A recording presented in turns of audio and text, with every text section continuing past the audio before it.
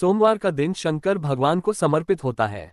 आज के दिन भक्त भोलेनाथ को प्रसन्न करने के लिए विशेष पूजा अर्चना करते हैं। कुछ लोग आज के दिन व्रत भी रखते हैं ताकि शिव की विशेष कृपा प्राप्त की जा सके। बाबा भोलेनाथ के आशीर्वाद के लिए आप भी सोमवार का व्रत कर रहे हैं तो शिव व्रत कथा को पढ़कर या सुनकर इस उपवास को पूरा करें। नमस्कार, वास्तु ज्ञान 0.2 चैनल में आपका स्वागत है। सोमवार का दिन शंकर भगवान को समर्पित होता है। आज के दिन भक्त भोलेनाथ को प्रसन्न करने के लिए विशेष पूजा अर्चना करते हैं। कुछ लोग आज के दिन व्रत भी रखते हैं ताकि शिव की विशेष कृपा प्राप्त की जा सके। बाबा भोलेनाथ के आशीर्वाद के लिए आप भी सोमवार का व्रत कर रहे हैं तो शिव व्रत कथा को पढ़कर या सुनकर इस उपवास को पूरा करें। सोमवार व्रत की विधि। नारद पुराण के अनुसार सोमवार व्रत में व्यक्ति को प्रातः स्नान करके शिव जी को जल और बेलपत्र चढ़ाना चाहिए तथा शिव गौरी की पूजा करनी चाहिए। शिव पूजन के बाद सोमवार व्रत कथा सुननी चाहिए। इसके बाद केवल एक समय ही भोजन करना चाहिए। साधारण रूप से सोमवार का व्रत दिन के तीसरे तक होता है, मतलब शाम तक रखा जाता है।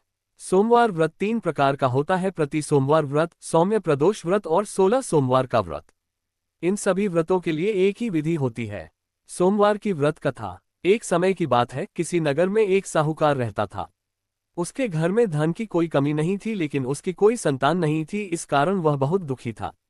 पुत्र प्राप्ति के लिए वह प्रत्येक सोमवार व्रत रखता था और पूरी श्रद्धा के साथ शिव मंदिर जाकर भगवान शिव और पार्वती जी की पूजा करता था।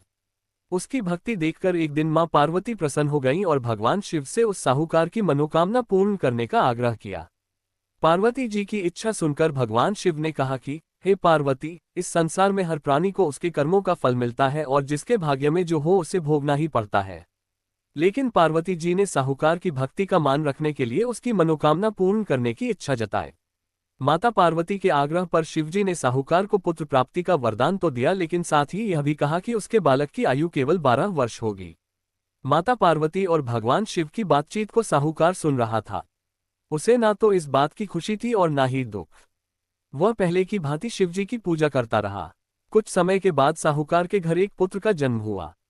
जब वह बालक 11 वर्ष का हुआ तो उसे पढ़ने के लिए काशी भेज दिया गया।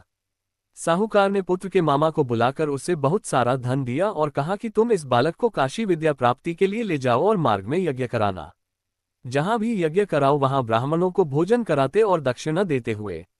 दोनों मामा भांजे इसी तरह यज्ञ कराते और ब्राह्मणों को दान दक्षिणा देते काशी की ओर चल पड़े। रात में एक नगर पड़ा जहां नगर के राजा की कन्या का विवाह था, लेकिन जिस राजकुमार से उसका विवाह होने वाला था वह एक आंख से काना था। राजकुमार के पिता ने अपने पुत्र के काना होने की बात को छुपाने के लिए एक चाल सोची। साहूकार के पुत्र को देखकर उसके मन में एक विचार आया। उसने सोचा, क्यों न इस लड़के को दूल्हा बनाकर राजकुमारी से विवाह करा दूं। विवाह के बाद इसको धन देकर विदा कर दूंगा और राजकुमारी को अपने नगर ले जाऊंगा। लड़के को दूल्हे के वस्त्र पहनाकर राजकुमारी से विवाह कर दिया गया। लेकिन साहूकार का पुत्र ईमानदार था, उसे यह बात न्यायसंगत नहीं लगी। उसने अवसर पाकर राजकुमारी की चुन्नी के पल्ले पर लिखा कि तुम्हारा विवाह तो मेरे साथ हुआ है, लेकिन जिस राजकुमार के संग तुम्हें भेजा जाएगा वह एक आंख से काना है। मैं तो काशी पढ़ने जा रहा हूं। जब राजकुमारी ने चुन्नी पर लिखी बातें पढ़ी तो उसने अपने माता पिता को ये बात बताई। राजा ने अपनी पुत्री को विदा नहीं किया, जिससे बारात वापस चली गई। दूसरी ओर साहूकार का लड़का और उसका मामा काशी पहुंचे और वहां जाकर उन्होंने यज्ञ किया। जिस दिन लड़के की आयु 12 साल की हुई उसी दिन यज्ञ रखा गया। लड़के ने अपने मामा से कहा कि मेरी तबीयत कुछ ठीक नहीं है। मामा ने कहा कि तुम अंदर जाकर सो जाओ। शिवजी के वरदान अनुसार कुछ ही देर में उस बालक के प्राण निकल गए। मृत भांजे को देख उसके मामा ने विलाप शुरू किया। संयोगवश उसी समय शिवजी और माता पार्वती उधर से जा रहे थे। पार्वती ने भगवान से कहा, स्वामी, मुझे इसके रोने के स्वर सहन नहीं हो रहा। आप इस व्यक्ति के कष्ट को अवश्य दूर करें। जब शिवजी मृत बालक के समीप गए तो वह बोले कि यह उसी साहूकार का पुत्र है जिसे मैंने 12 वर्ष की आयु का वरदान दिया। अब इसकी आयु पूरी हो चुकी है। लेकिन मातृभाव से विभोर माता पार्वती ने कहा कि हे महादेव, आप इस बालक को और आयु देने की कृपा करें, अन्यथा इसके वियोग में इसके माता पिता भी तड़प तड़प कर मर जाएंगे। माता पार्वती के आग्रह पर भगवान शिव ने उस लड़के को जीवित होने का वरदान दिया। शिवजी की कृपा से वह लड़का जीवित हो गया। शिक्षा समाप्त करके लड़का मामा के साथ अपने नगर की ओर चल दिया। दोनों चलते हुए उसी नगर में पहुंचे जहां उसका विवाह हुआ था। उस नगर में भी उन्होंने यज्ञ का आयोजन किया।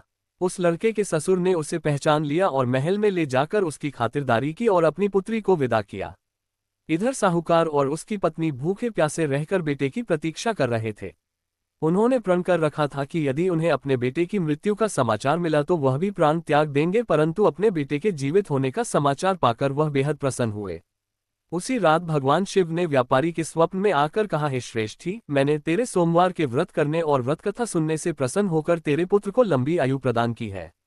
इसी प्रकार जो कोई सोमवार व्रत करता है या कथा सुनता और पढ़ता है उसके सभी दुख दूर होते हैं और समस्त मनोकामनाएं पूर्ण होती हैं।